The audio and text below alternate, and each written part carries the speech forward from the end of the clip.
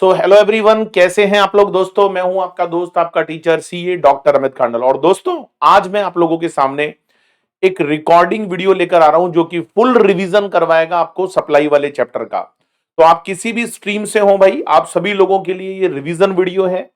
और ये जो सप्लाई का चैप्टर है दोस्तों, ये बहुत इंपॉर्टेंट चैप्टर हो जाता है। जब आप जीएसटी को स्टार्ट करते हो तो आपको सप्लाई का पता होना बहुत ज्यादा जरूरी है। ये जो रिकॉर्डिंग वीडियो आज आप लोगों के सामने है, जिसको मैं पूरा रिवीजन करवाने वाला हूं, दैट इज फॉर 22 एग्जामिनेशन। अगर आपका एग्जाम 2022 में है दोस्तों, तो ये रिवीजन सीरीज आप लोगों को मेरे इस चैनल पर मिलेंगी।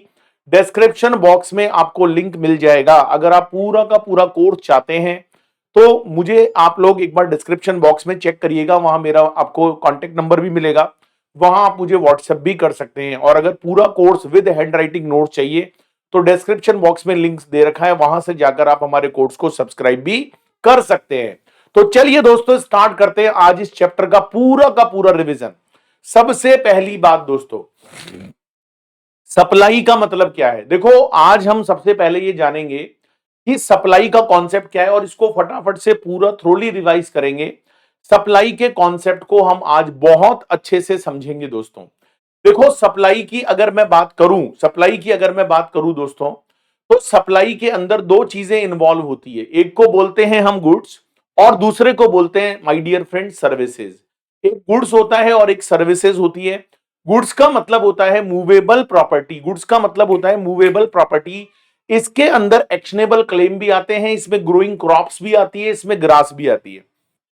राइट। सर्विस का मतलब होता है एनीथिंग अदर देन गुड्स। लेकिन दोस्तों, मैं आप लोगों को बता दूं, इसमें एक चीज और इंक्लूड होती है, that is called use of money, conversion of money, for which separate consideration is charge. तो मनी और सिक्योरिटीज भाई साहब ना तो गुड्स है और ना ही सर्विस है। लेकिन मनी और सिक्योरिटीज को जब भी यूज किया जाता है और उसके बदले में अगर एक सेपरेट कंसीडरेशन दिया जाता है, तो that should be treated as supply, and it is called supply of service. CGST act में कुछ इंपॉर्टेंट डेफिनेशंस आपको हमेशा याद रखनी होती है। देखिए, मैं इसमें आपको फटाफट से पूरा रिवीजन कराऊंगा। अगर आपको डिटेल्ड कोर्स चाहिए तो फिर आपको डिस्क्रिप्शन बॉक्स एक बार जाकर चेक करना पड़ेगा। तो गुड्स की अगर हम बात करें दोस्तों, तो गुड्स का मतलब होता है every kind of movable property other than money and securities, but includes actionable claim, growing crops, grass and thing attached to or forming part of the land which are agreed to be served before supply। तो भाई साहब, यहां पर यह बोला गया है कि गुड्स का मतलब सभी तरह की मूवेबल प्रॉपर्टी आएगी, मनी एंड सिक्योरिटीज को छोड़कर। लेकिन एक्शनेबल क्लेम इंक्लूड किए जाएंगे, ग्रोइंग क्रॉप्स इंक्लूड की जाएगी, और जितनी भी ग्रास और थिंग होती है भाई, जो जमीन के साथ अटैच है लेकिन उसको आप अलग कर सकते हो, दैट इज कॉल्ड गुड्स। अब आप बोलोगे सर, एक्शनेबल क्लेम को हमने तो कई बार गुड्स देखा ही नहीं।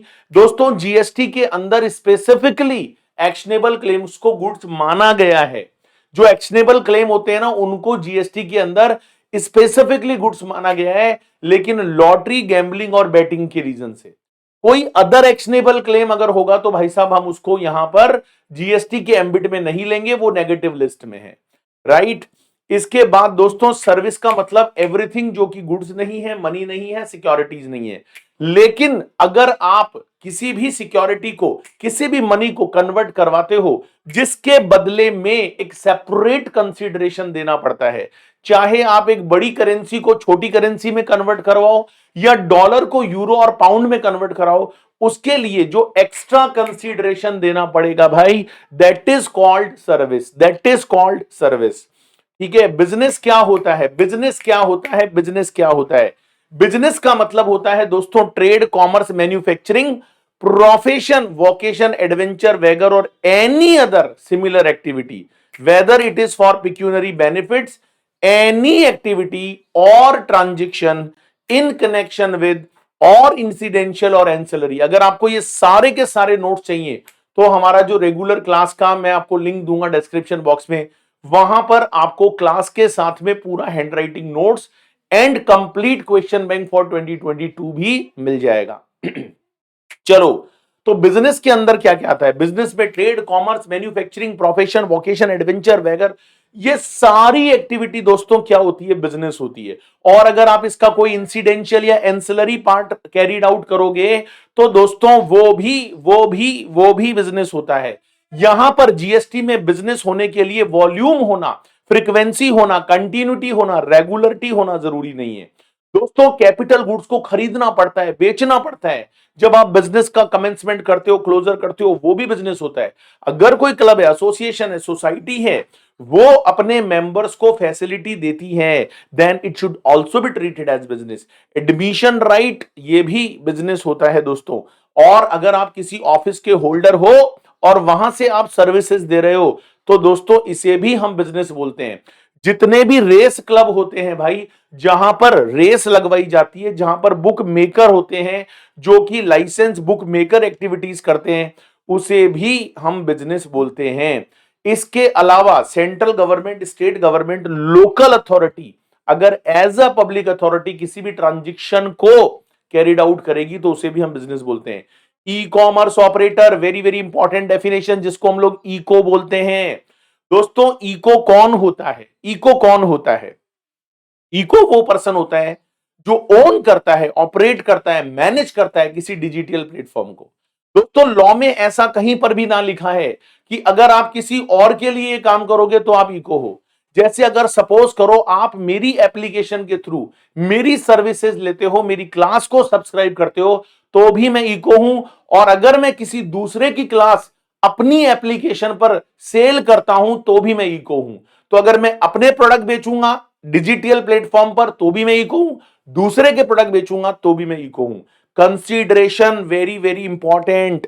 कंसीडरेशन गुड्स के रिलेशन में भी होना चाहिए, सर्विस के रिलेशन में भी होना चाहिए दोस्तों। इसके अंदर मनी भी आती है और अदर देन मनी भी आती है, लेकिन जो सब्सिडी होती है गवर्नमेंट की उसे हम कभी भी कंसीडरेशन नहीं मानते हैं दोस्तों। अगर आप कोई काम कर रहे हो किसी कंसीडरेशन के बदले में, तो वो एक्ट करना या फॉरबियरेंस करना, किसी काम को ना करना भी ना करना भी दोस्तों कंसीडरेशन है, उसे भी हम कंसीडरेशन बोलते हैं।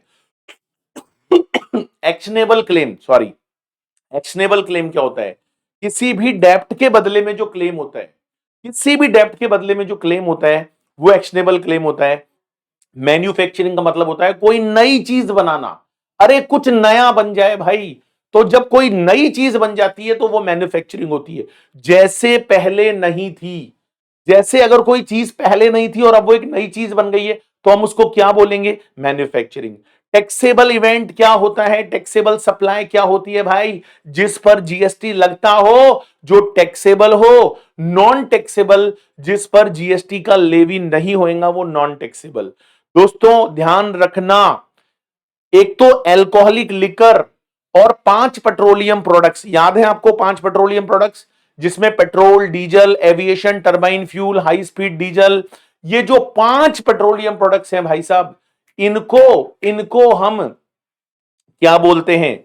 इनको हम नॉन टैक्सेबल सप्लाई बोलते हैं, ठीक है। बिकॉज अभी ये जीएसटी के एम्बिट से बाहर हैं, लेकिन ये एग्जम्प्ट सप्लाई भी है। तो एग्जम्प्ट सप्लाई का मतलब जो जीएसटी के एम्बिट में है लेकिन उस पर जीएसटी नहीं लग रहा। लेकिन नॉन टैक्सेबल सप्लाई तो वो है जो जीएसटी के एम्बिट से बाहर है। अच्छा, एग्जम्प्ट सप्लाई बड़ी टर्म है दोस्तों। जो एग्जम्प्ट सप्लाई होती है ना, उसके अंदर नॉन टैक्सेबल सप्लाई भी, नॉन टैक्सेबल सप्लाई भी इंक्लूड होती है माय डियर फ्रेंड्स, राइट। अच्छा, एग्जम्प्ट सप्लाई का मतलब नील रेट ऑफ टैक्स या Holi exempt under section 11। Supplier कौन होता है दोस्तों? सप्लायर कौन होता है? सप्लायर वो होता है जो सप्लाई कर रहा हो, या अगर वो एजेंट भी है तो भी हम उसको सप्लायर बोलेंगे। रेसिपिएंट कौन है दोस्तों? रेसिपिएंट वो पर्सन है जो कंसीडरेशन पे करेगा, whether in relation to goods, whether in relation to service. और अगर किसी ट्रांजैक्शन में कंसीडरेशन नहीं है तो जिसको आप गुड्स डिलीवर करोगे, जिसको आप सर्विस रेंडर्ड करोगे, उसे हम रेसिपिएंट बोलेंगे। पर्सन कौन होता है? अरे पर्सन की डेफिनेशन बहुत बड़ी है दोस्तों, जैसा आप लोगों ने इनकम टैक्स में पढ़ा होगा, पर्सन में individual, firm, company, HUF, AOP, BOI, local authority, ये तो है ही, साथ में central government, state government, society, corporation, government companies को भी जीएसटी के अंदर पर्सन माना गया है। टैक्सेबल पर्सन कौन होता है भाई? जो रजिस्टर्ड है या लाइबल टू बी रजिस्टर्ड है। टैक्सेबल टेरिटरी क्या होती है? जहां पर इस एक्ट के प्रोविजंस अप्लाई होते हैं, जहां पर इस एक्ट के प्रोविजंस अप्लाई होते हैं उसको हम टैक्सेबल टेरिटरी बोलते हैं। फैमिली का मतलब क्या है दोस्तों? फैमिली वर्ड पूरे जीएसटी के अंदर कॉमन है।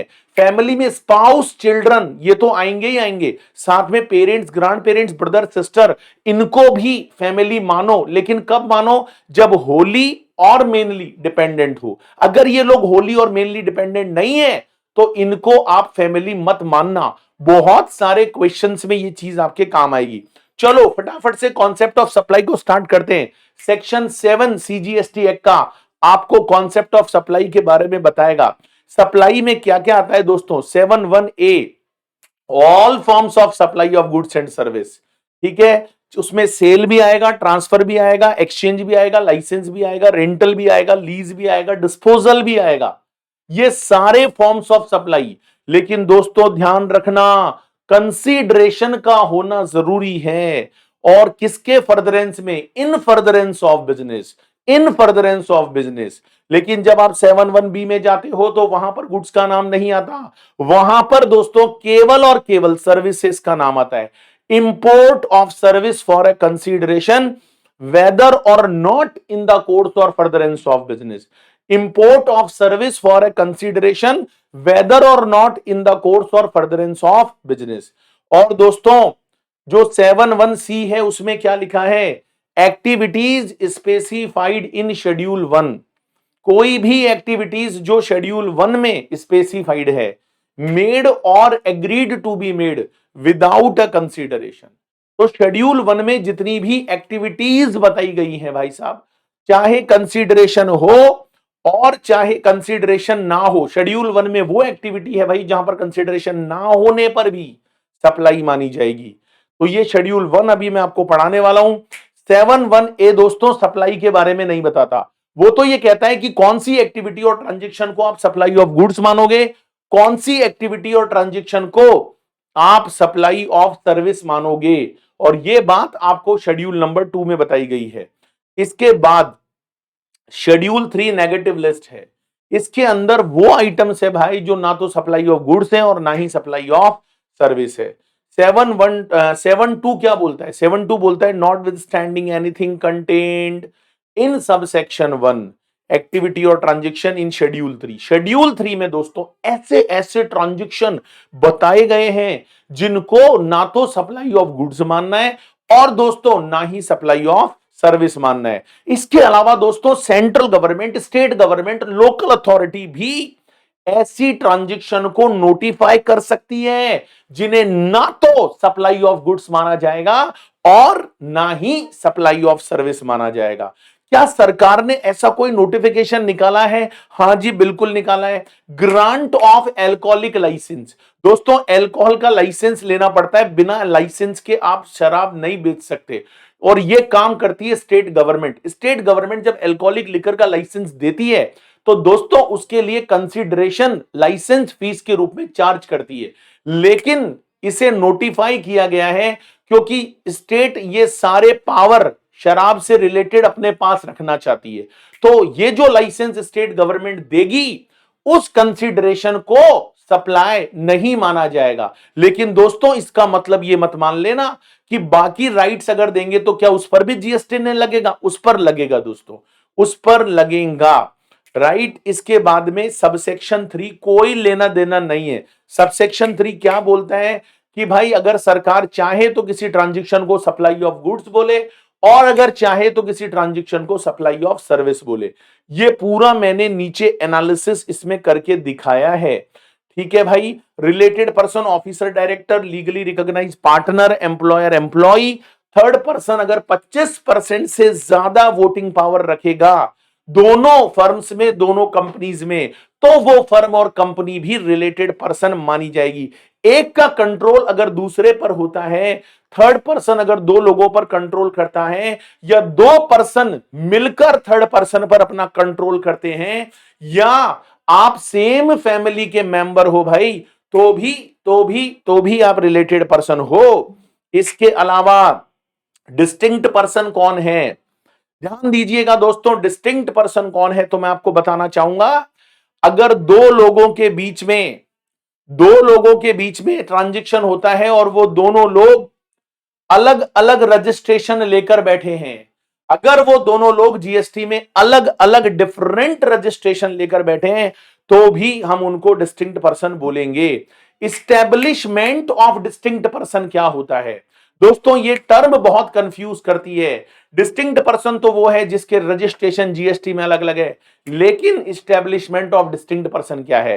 तो दोस्तों मैं आपको बता दूं, whether in one state or whether in another state, whether in one state or whether in another state, अगर आपकी एक से ज्यादा इंस्टीट्यूशन है, अगर आपकी एक से ज्यादा ब्रांचेज है, अगर आपके एक से ज्यादा सेंटर्स हैं, तो मैं आपको बता देना चाहता हूं भाई, मैं आपको यहां पर क्लियर कर दूं कि अगर आपकी ब्रांचेज एक से ज्यादा हैं, अगर आपके सेंटर एक से ज्यादा हैं, तो चाहे वो जीएसटी में रजिस्टर्ड हो या ना हो, उन सबको हम क्या बोलेंगे? इस्टेब्लिशमेंट ऑफ डिस्टिंक्ट पर्सन बोलेंगे।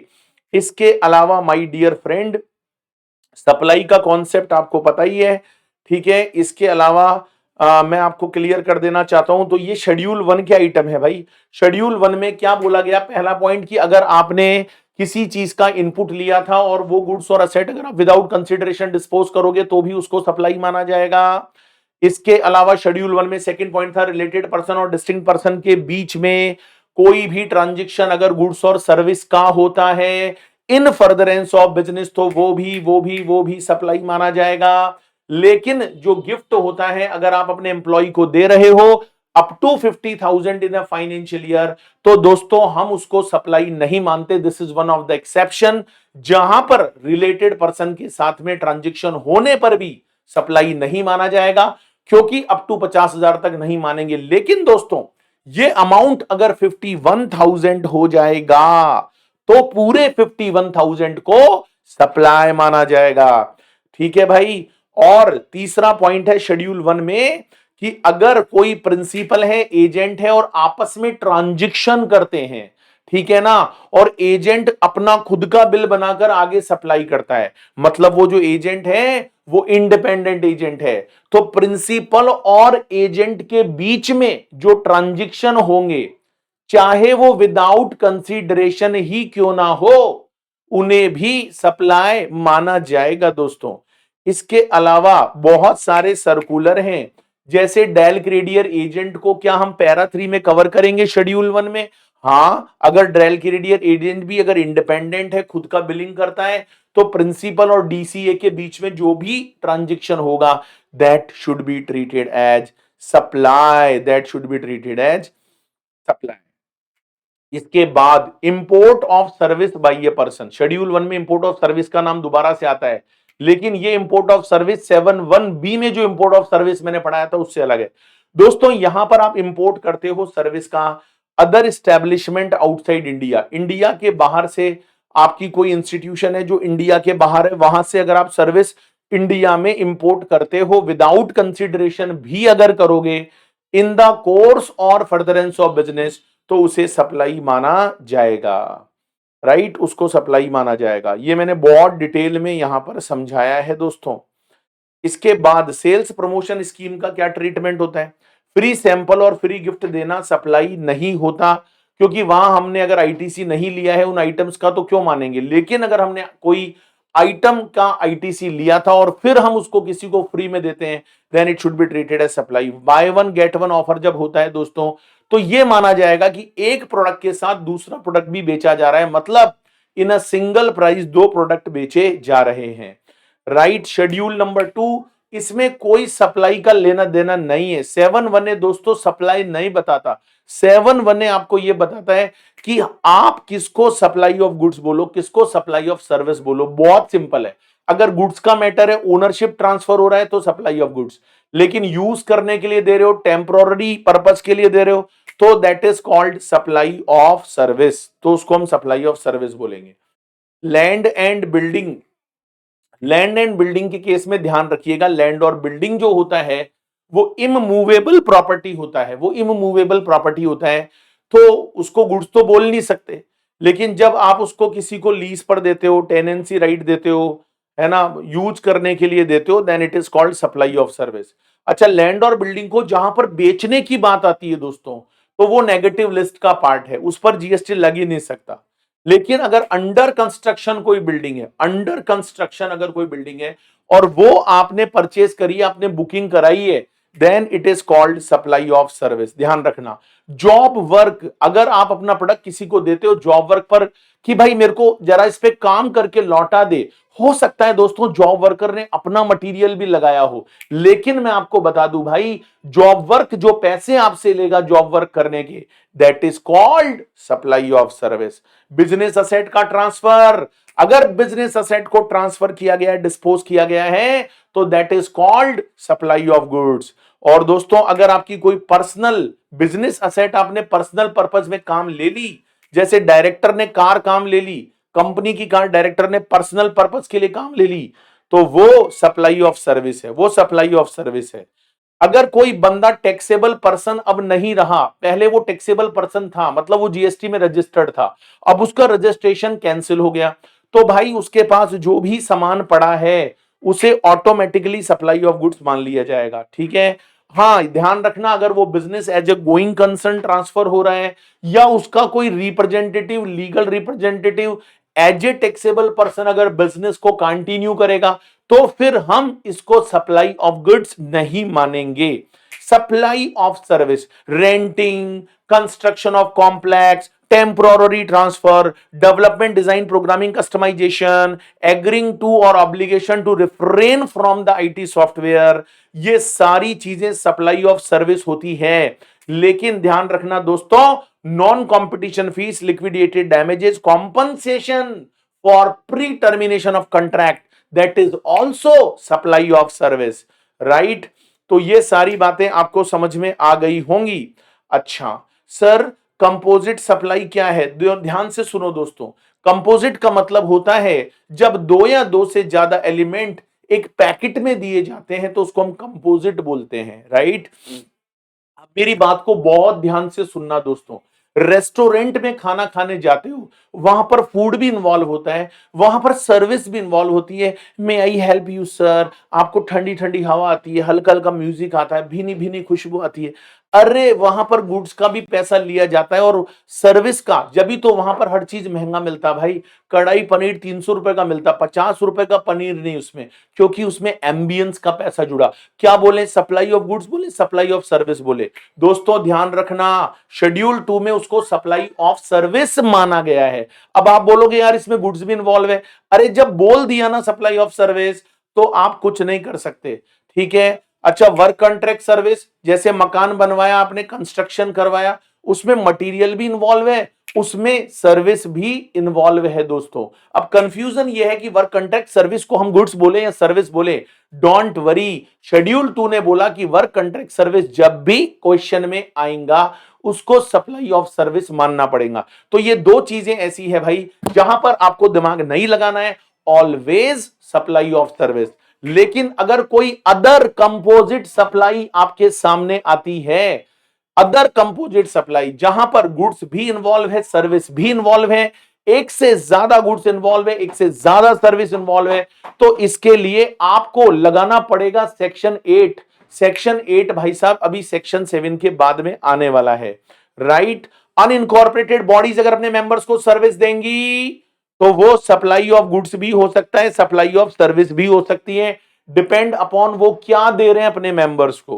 तो ये सारी बात हो गई थी। नेगेटिव लिस्ट सेक्शन 7(2) में है, जिनको ना तो सप्लाई ऑफ गुड्स बोलो ना सप्लाई ऑफ सर्विस बोलो। इसमें एम्प्लॉयर एम्प्लॉय रिलेशन आएगा। अगर आप जॉब करोगे किसी एम्प्लॉयर के यहां तो उससे जो पैसा इन टर्म्स ऑफ एम्प्लॉयमेंट मिलेगा वो सप्लाई नहीं है। अब आप कहोगे सर फिर गिफ्ट के केस में आपने 50,000 से ज्यादा होने पर सप्लाई क्यों माना? दोस्तों गिफ्ट जो होता है ना वो एज अ सैलरी नहीं बोला जाता, क्योंकि गिफ्ट, हाँ माना वो इनकम टैक्स में टैक्सेबल होता है सैलरी में, लेकिन गिफ्ट लेना आपका राइट नहीं होता। तो gift is not in terms of employment, वो एम्प्लॉयर की इच्छा पर होता है, इसलिए गिफ्ट को हम लोग सप्लाई मानते हैं, फिर भी 50,000 तक नहीं मानते हैं, 50 से ज्यादा होने पर मानते हैं। इसके अलावा तो जो भी मिलेगा अलाउंस, परक्यूसिट, कमीशन, बोनस, वो तो सब आपको एम्प्लॉयमेंट के रीजन से मिलता है, उसको सप्लाई नहीं माना जाएगा। कोर्ट, ट्रिब्यूनल जितने भी होते हैं भाई, जहां पर आप न्याय के लिए, जस्टिस के लिए जाते हो, पैसा देते हो, इट इज नॉट सप्लाई। ये member of parliament, assembly member, जितने भी लेजिस्लेटिव असेंबली, पंचायत, म्युनिसिपलिटी, पार्षद वगैरह जो होते हैं भाई, और इसके अलावा जितने भी कॉन्स्टिट्यूशनल पोस्ट होती है, जैसे सीएजी हो गया, इलेक्शन कमीशन ऑफ इंडिया का जो वो हो गया, ये सारे लोग, ये जितने भी लोग होते हैं भाई साहब, ये आपसे इनको पैसा मिलता है, काम करते हैं, ये सारी कंडीशन पूरी हो रही है, फिर भी इनको सप्लाई नहीं मानना, क्योंकि गवर्नमेंट को पता था भाई अगर सारी चीजों को सप्लाई मान लेंगे दिक्कत आएगी, तो एक नेगेटिव लिस्ट बनाई कि सारे गुण होने के बाद भी सप्लाई नहीं मानना है। फ्यूनिरल, ब्यूरियल, सेरेमोटोरियम, ये वो है भाई, कोई किसी की मान लो मतलब खत्म हो गया, डेथ हो गई, मोक्ष की प्राप्ति, तो उस समय जो काम होते हैं, सर्विसेज होती है, जलाना, दफनाना, और वो उसका मॉर्चुरी जो मतलब अंदर डेड बॉडी को रखा जाता है, transportation, it is not supply. Land बेचना, बिल्डिंग बेचना सप्लाई हो ही नहीं सकता। हाँ, अगर वो प्री बुकिंग है, जैसा कि मैंने शेड्यूल 2 में बताया था, अंडर कंस्ट्रक्शन, तो मानेंगे। एक्शनेबल क्लेम को सप्लाई नहीं मानेंगे। तो सर फिर एक्शनेबल क्लेम को गुड्स क्यों माना? इसलिए माना दोस्तों कि एक्शनेबल क्लेम्स को वैसे तो वो जीएसटी नहीं लगाना चाह रही थी गवर्नमेंट, लेकिन लॉटरी, बैटिंग और गैम्बलिंग को छोड़कर, इसका मतलब लॉटरी, बैटिंग और गैम्बलिंग के फॉर्म में अगर एक्शनेबल क्लेम है तो ही सप्लाई मानना है, अदरवाइज नहीं मानना है। और इंडिया के बाहर एक नॉन टैक्सेबल टेरिटरी से दूसरी नॉन टैक्सेबल टेरिटरी के बीच में अगर गुड्स का सप्लाई होता है, चाइना से यूएसए, यूएसए से चाइना, इंडिया का कोई लेना देना नहीं है भाई साहब, हम उसको सप्लाई नहीं मानेंगे। और सुनो मेरी बात, कस्टम लॉ के अंदर आएगी ये चीज। इंडिया के बाहर से गुड्स इंपोर्ट किया, इंडिया में अभी तक क्लियर ही नहीं हुआ, और आपने पहले ही इंडिया में किसी और को बेच दिया दोस्तों, by way of documents of title, it is not supply my dear friend. हां, इंडिया में आ जाता, क्लियर करवा लेते, उसके बाद बेचते तो सप्लाई मानते, पहले बेच दिए हो नहीं मानेंगे, ध्यान रखना, उसको सप्लाई नहीं मानेंगे। ये सारे एग्जांपल्स वगैरह मैंने यहां पर दिए हैं। कंप्लीट एक्शनेबल क्लेम, अब सेक्शन 8 पर आ जाओ, सारे क्वेश्चंस क्लास में करवाए हैं। ये मेरा क्वेश्चन बैंक है जिसके अंदर सारे क्वेश्चंस मैंने यहां पर कवर करके चले हैं। Composite and mix supply, section 8। Composite supply क्या होती है? कंपोजिट का मतलब होता है भाई साहब नेचुरल बंडल, 2 और मोर सप्लाई नेचुरली बंडल्ड है, तो उसमें यह देखा जाएगा कि प्रिंसिपल सप्लाई कौन सी है, उसके अकॉर्डिंग हम उसको सप्लाई मानेंगे। तो अगर कभी बंडल आपको ऐसा दिखे कि यार ये तो एक नेचुरल बंडल है, ऐसा तो होता ही है, जैसे होटल में जाएंगे, रुकेंगे तो भाई सुबह का ब्रेकफास्ट तो मिलेगा ही, तो ऐसा थोड़ी होगा होटल रुकने का अलग लेगा, ब्रेकफास्ट का अलग लेगा, ये तो होता ही है। रेफ्रिजरेटर खरीदेंगे तो वारंटी तो मिलेगा ही, मोबाइल खरीदेंगे तो चार्जर तो मिलेगा ही। तो ये ऐसे जो पैकेज होते हैं, कंपोजिट सप्लाई होती है, उसमें कोई सोचने वाली बात नहीं है। जीटीए की सर्विस लेंगे तो ये थोड़ी अपने आदमी लेकर जाओगे लोडिंग अनलोडिंग के लिए, वो तो साथ में मिलेगा ही भाई, वो तो मिलेगा ही। तो इसको हम क्या बोलते हैं? Natural bundle. और नेचुरल बंडल के केस में आपको कौन सी सप्लाई मानना है? जो वहां पर प्रिंसिपल है, जो वहां पर प्रिंसिपल है, मतलब जो मेन सप्लाई है ना, वो वाली मानना है, उसी की रेट ऑफ ड्यूटी लगानी है, उसी की रेट ऑफ ड्यूटी लगानी है, राइट। जैसे सपोज करो होटल में रुकने गए, तो होटल स्टे आपका मेन काम था, वहां पर ब्रेकफास्ट करना मेन काम नहीं था, तो होटल स्टे का जो रेट ऑफ जीएसटी है वो लगेगा। जैसे आप मोबाइल खरीदने गए, चार्जर साथ में आया, तो चार्जर का रेट ऑफ जीएसटी नहीं लगेगा, मोबाइल वाला लगेगा। प्रिंसिपल सप्लाई, ठीक है दोस्तों। एक चीज और होती है, एक चीज और होती है, that is called mix supply. Mix supply का मतलब होता है जहां पर नेचुरल बंडल नहीं होता है, आप एक आर्टिफिशियल बंडल क्रिएट करते हो डिपार्टमेंट को बंडल बनाने के लिए, डिपार्टमेंट आपको बंडल बनाएगा दोस्तों। आपने 2 या 3 चीजों का ऐसा पैकेज बनाया कि इसको आप चाहते तो अलग अलग प्राइस में भी दे सकते थे। अब किसी का रेट ऑफ ड्यूटी 5 है, किसी का 10 है, किसी का 20 है, किसी का 0 है, तो डिपार्टमेंट बोलता है अच्छा हमको बंडल बनाया, अब हम आपको बंडल बनाएंगे। तो पता है क्या होगा? अब प्रिंसिपल सप्लाई नहीं देखेंगे, अब ये देखेंगे भाई कि उनमें जो रेट ऑफ ड्यूटीज हैं उसमें से हाईएस्ट वाली कौन सी है, हाईएस्ट वाली रेट ऑफ ड्यूटी लगेगी। जैसे food, sweets, chocolate, cake, dry fruit, aerated drinks and fruit juices, and fruit juices, अगर ऐसी कोई सप्लाई आप दे रहे हो, वो भी सिंगल प्राइस में दे रहे हो, तो हाईएस्ट रेट लगेगी भाई साहब, highest rate. Shopkeeper selling storage water बोतल अलोंग विद रेफ्रिजरेटर, तो इसमें सिंगल प्राइस लगेगी, ध्यान रखना, और हाईएस्ट रेट लगेगी। ठीक है, बहुत सारे क्लैरिफिकेशन है कि भाई अगर आप स्पेयर पार्ट्स गाड़ी की सर्विस करवाते हो तो वहां पर लेबर चार्ज अलग होता है, पार्ट्स का चार्ज अलग होता है, तो जो उसका रेट ऑफ ड्यूटी है वो अलग अलग लगेगा। आर्ट वर्क अगर गैलरी एग्जीबिशन के लिए भेजोगे तो अभी सप्लाई नहीं मानेंगे, जब एग्जीबिशन में माल बिक जाएगा, पेंटिंग बिक जाएगी, किसी को पसंद आ जाएगी, सेल हो जाएगी, तब सप्लाई मानेंगे। हाँ मानेंगे इंटर, ध्यान रखना।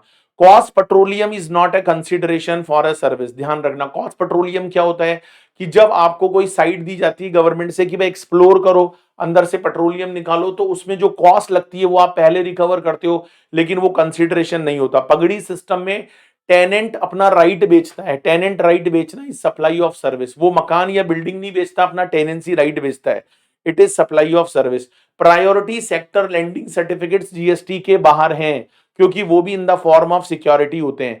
बस के ऊपर बॉडी बनवाना डिपेंड करेगा भाई वो सप्लाई ऑफ गुड्स है या सर्विस है, according to section 8। Retreading of tyres, retreading of tyres क्या होता है, पुराने टायर के ऊपर एक रबड़ का लेयर जो है आपको चढ़वाना पड़ता है, तो वहां पर आप टायर खरीदने नहीं जा रहे, टायर आपके पास पहले से है, टायर आपने सामने वाले को दिया, टायर के ऊपर वो एक लेयर लेयर बनाकर देगा, it is called supply of service. लेकिन दोस्तों अगर आप कोई पुराना टायर ही खरीदने जा रहे हो जो ऑलरेडी रिट्रेटेड है, that is called supply of goods. So it depends upon the situation. It depends upon the situation. Consumer dispute redressal commission. ये क्या होता है दोस्तों? It is in the nature of court. It is in the nature of tribunal. It is not supply. It is not supply because it is covered in negative list schedule number 3. इसके अलावा अगर goods का movement होता है, कई बार क्या होता है दोस्तों, कन्वेंस जो गाड़ी होती है वो एक स्टेट से दूसरे स्टेट में जाती है। जैसे मेरा ऑर्गेनाइजेशन, मेरा हेड ऑफिस जयपुर है, मेरी ब्रांच दिल्ली है, तो मैंने कोई बस ट्रक यहां से दिल्ली भेजा, तो मुझे बताओ क्या वो कन्वेंस सप्लाई माना जाएगा? ना जी ना। क्या उस गड्डी पर जीएसटी लगेगा? ना जी ना। लेकिन अगर वो गड्डी वहां दिल्ली में जाकर रिपेयर होती है तो it is called repair and maintenance service, ध्यान रखना। तो जब आप जेवी करते हो, ज्वाइंट वेंचर, आप 4 दोस्त मिलकर पैसे मिलाकर एक ज्वाइंट वेंचर बनाते हो, क्लब बनाते हो कि चलो सब 1000 रुपए मिलाते हैं और आपने एक ज्वाइंट वेंचर बनाया, दोस्तों उसको हम लोग सप्लाई नहीं मानेंगे, ठीक है। लेकिन अगर कोई एक बंदा उसमें से पैसे अरेंज करेगा और आप सबको सर्विस देगा, then it is called supply, then it is called supply, right. तो ये सारी बात हो गई। पसंदगी के आधार पर माल भेजना, sales on approval basis is not a supply. जब सामने वाला उसको पसंद कर लेगा तो हम उसको सप्लाई मानेंगे। चलिए जी, thank you very much. Revision कैसा लगा दोस्तों, एक बार कमेंट करके जरूर बताइएगा। आगे आने वाले सभी चैप्टर्स के रिवीजन इसी तरीके से आपको इसी चैनल पर मिलते रहेंगे, चैनल के साथ बने रहिएगा।